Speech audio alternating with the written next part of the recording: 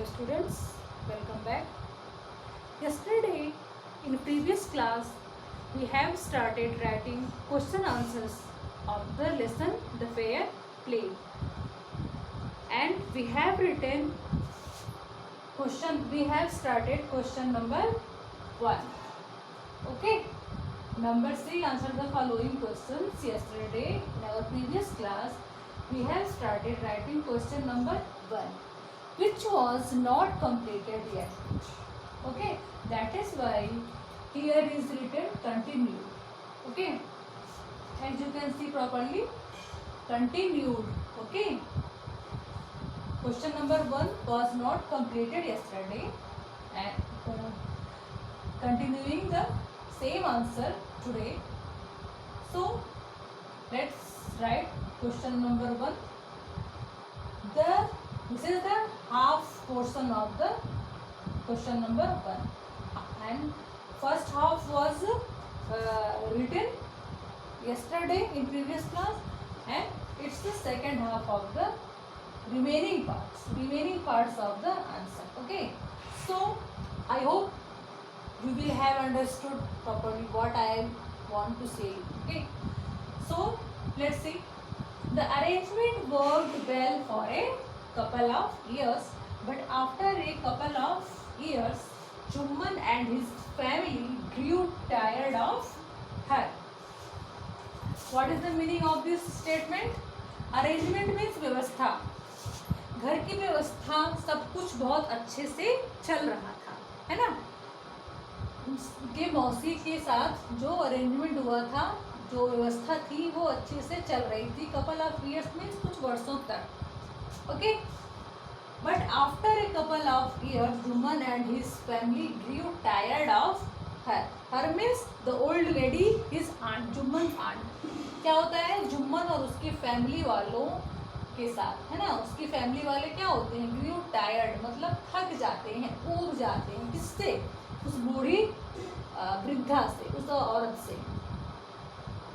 He became as indifferent to her and his wife to grudged even the little food that the old lady wanted every day.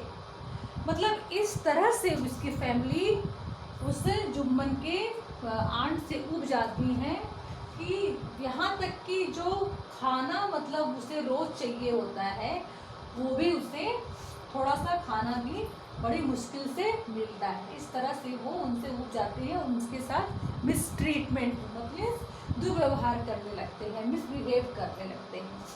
His family means Jumman family started very misbehaving, okay, with his aunt.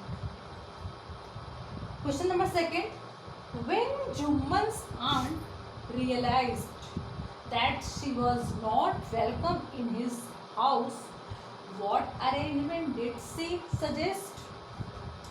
When Jumman's aunt, जब जुम्मन की aunt को ये महसूस हुआ, उसे लगा कि अब she was not वेलकम, कि अब उसकी आव भगत, है ना, अब उसकी सेवा उस घर में नहीं हो रही है.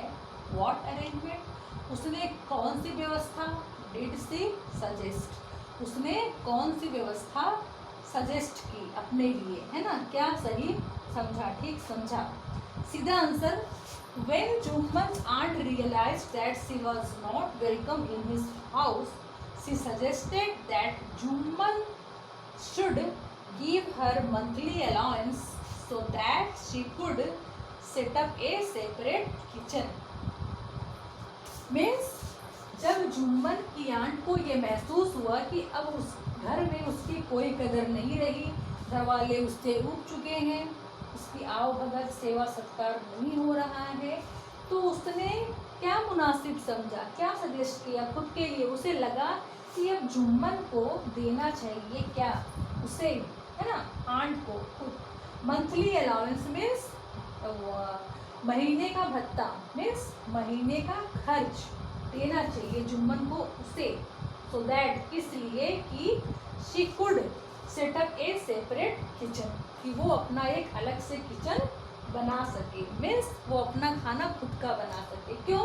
क्योंकि उसे जो डेली भोजन की आवश्यकता पड़ती थी वो भी उसे अब बड़ी मुश्किल से मिलता था, है ना। तो वो वांटेड एवरीडे लिटिल फूड, है ना। इसलिए अब वो चाह रही थी कि जुम्मन अब उसकी देखभाल से उब चुका है, तो जुम्मन उसे अब मंथली अलाउंस, महीने का खर्च दिया करे, जिससे वो अपना अलग से किचन बना सके और खुद का खाना बनाए व अपना वो भरण पोषण खुद से कर सके, सॉरी, ठीक है। That was Jumman's aunt suggested for herself, okay. So question number second is completed yet, and remaining questions will be solved in next video. And your homework is you have to learn and write very properly these question answers 1 and 2. Okay.